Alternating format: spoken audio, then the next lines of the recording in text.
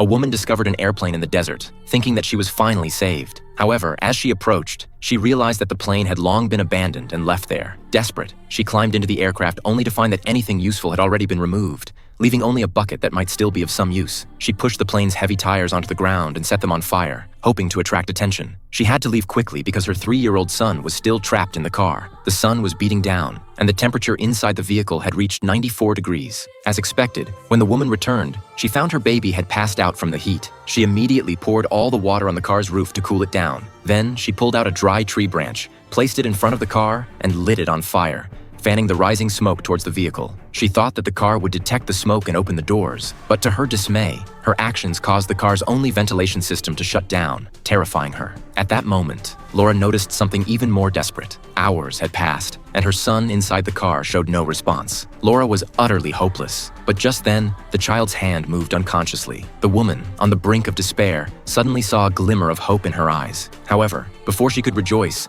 a wild dog suddenly attacked her. She tried to climb under the car, but the scorching heat made her give up as soon as she touched it. Instead, she had to roll under the vehicle to hide. But faced with the tempting human prey, the wild dog wouldn't easily give up and bit into one of the woman's feet. Fortunately, with her desperate struggle, she finally broke free from the dog's grip. But her intense movements caused the car to start sliding. The woman could only use her body to try to prevent the tragedy from happening. However, her frail body couldn't possibly support the several-ton car. Just as it seemed that the car would plunge off the cliff at any moment, the tires hit a rock, preventing the tragedy from occurring. At this point, she looked at her son in the car, realizing that if she didn't open the door soon, the chances of survival would be slim. She glanced at the nearby cliff, and suddenly, a bold idea came to her mind.